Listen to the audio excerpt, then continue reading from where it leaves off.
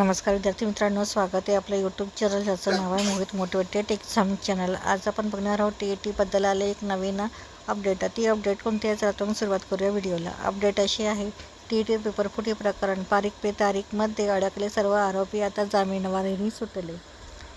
सध्या नीटच्या पेपर फुटीमुळे सर्वत्र खळबळ उडाली आहे, पण शिक्षक पात्रता परीक्षा म्हणजेच TET घोटाळ्याला 5 वर्ष उलटली तरी तपासात प्रगती झालेली नाही। दोषारोपपत्र दाखल झाले, पण अद्यापही आरोप निश्चिती झालेली नाही। सर्व प्रमुख आरोपी सध्या जामिनावर बाहेर असून पोलिसांनी जप्त केलेले सोने आणि इतर मौल्यवान वस्तू त्यांना परत केले आहेत। आजमितीला हे प्रकरण केवळ तारीख पे तारीखमध्येच अडकले आहे। शुक्रवारी देखील सुनावणी पुढे ढकलण्यात आली। आता 3 जुलैची तारीख आहे। पुणे सायबर पोलिसांनी 2021मध्ये या घोटाळ्याचा पर्दाफाश केला। तत्कालीन वरिष्ठ पोलीस निरीक्षक DS हाके आणि त्यांच्या पथकाने आरोग्य विभाग ते म्हाडापर्यंतच्या घोटाळ्यांचे धागेदोरे शोधले होते, मात्र यथावकाश त्यांना बदल्या झाला। तर पेपरफुटीचं प्रकरण काय होते ते बघूया। काय होते प्रकरण? पहिलं प्रकरण आहे, TETमध्ये अपात्र परीक्षांचे गुण वाढविणे, गुणपत्रक बदलवून त्यांना पास करण्यासाठी पैसे घेण्यात आले होते। 15 जुलै 2018 रोजी झालेल्या परीक्षेचा निकाल ऑक्टोबर 2018मध्ये लागला।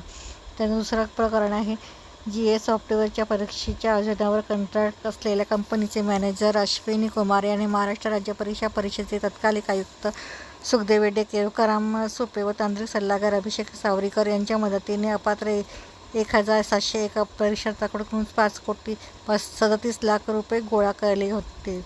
त्याचा तिसरा आरोप आहे, GS सॉफ्टवेअर कंपनीचा संचालक गणेशन कालियन याला 2 कोटी, सुखदेव ढेरे याला 20 लाख, तुकाराम सुपे याला 30 लाख रुपये मिळाले होते।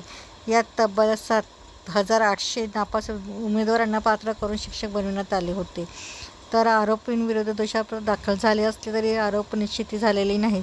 सध्या सर्व आरोपींना जामीन मिळाला आहे। 5 वर्षे झाली असली तरीही खटल्याच्या सुनावणीला सुरुवात झालेली नाही, केवळ तारखाच मिळत आहे, असे मत मिलिंद पवार, आरोपींचे वकील यांनी स्पष्ट केले आहे। तर ही होते TET पेपरफुटीबद्दल आलेली एक नवीन अपडेट।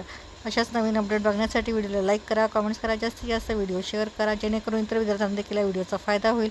आणि चॅनलवर जर नवीन असाल तर चॅनलला सबस्क्राईब करायला विसरू नका।